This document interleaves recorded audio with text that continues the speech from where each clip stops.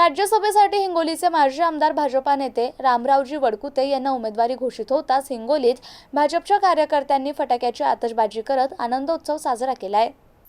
भाजपकडून राज्यसभेसाठी उमेदवारी जाहीर करण्यात आली असून त्यामध्ये हिंगोलीचे माजी आमदार रामराव वडकुते यांना उमेदवारी घोषित करण्यात आल्यानंतर हिंगोलीत भाजपच्या कार्यकर्त्यांनी गांधी चौकात एकत्र येऊन फटाक्यांची आतषबाजी करत आनंदोत्सव साजरा केला। यामध्ये भाजपाचे जिल्हाध्यक्ष गजानन घुगे, ओबीसी युवा मोर्चा जिल्हाध्यक्ष शशिकांत वडकुते यांच्यासह अनेक भाजपचे कार्यकर्ते उपस्थित होते। आवेश शेख, एमसीएन न्यूज, हिंगोली। जाहीर झाले आहे आणि हिंगोली जिल्ह्यातील भाजपच्या एका कार्यकर्त्याला, एका नेत्याला उमेदवारी मिळाली आहे। काय आनंद आहे, काय पहिली भावना? आज या ठिकाणी हिंगोली जिल्ह्याला खरा न्याय आपण बघितलं। सर्वसामान्य कार्यकर्ता म्हणून त्यांनी झाटकर धनगर समाजाचं नेतृत्व केलं।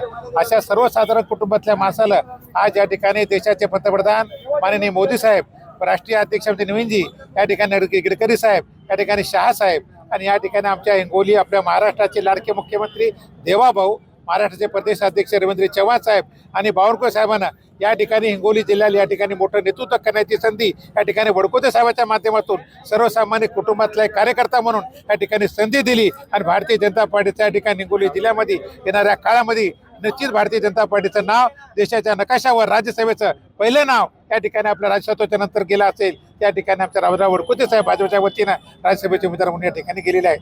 म्हणून आमच्या हिंगोली जिल्ह्याच्या वतीनं वडकुते साहेबाला, आमच्या सर्व चारही उमेदवारांना आपण या ठिकाणी हार्दिक शुभेच्छा देतो, अभिनंदन करतो आणि येणाऱ्या काळात निश्चितच हिंगोली जिल्ह्याचा कायापालट वडकुते साहेबांच्या हाताने हिंगोली जिल्ह्याचे जे केंद्राचे प्रश्न आहेत ते सोडवण्याच्या या ठिकाणी राहणार नाही। काय या माध्यमातून भाजपला काय मेसेज करायचं? भाजपला मेसेज सर्वसामान्य कुटुंबातला माणूस सुद्धा राज्यसभेवर जाऊ शकतो, हा मेसेज या ठिकाणी दिलेला आहे। आपण बघितलं असेल की आमच्या नागपूरच्या भगिनी एक नगरसेवक असलेली महिला या ठिकाणी राज्यसभेत जाऊ शकते, वडकुते साहेब या ठिकाणी वडकुते जाऊ शकतो आणि सर्वसामान्य रामराव आपले आठवले साहेब या सर्वसामान्य कुटुंबातल्या माणसाला एक राज्यसभेचा आणि खासदार करण्याची ताकद फक्त कोणा पक्षात असेल तर ती भारतीय जनता पार्टीमध्ये आहे आणि भारतीय जनता पार्टीच एक सर्वसामान्य माणसाला या ठिकाणी न्याय देऊ शकते यातून दाखवून दिले।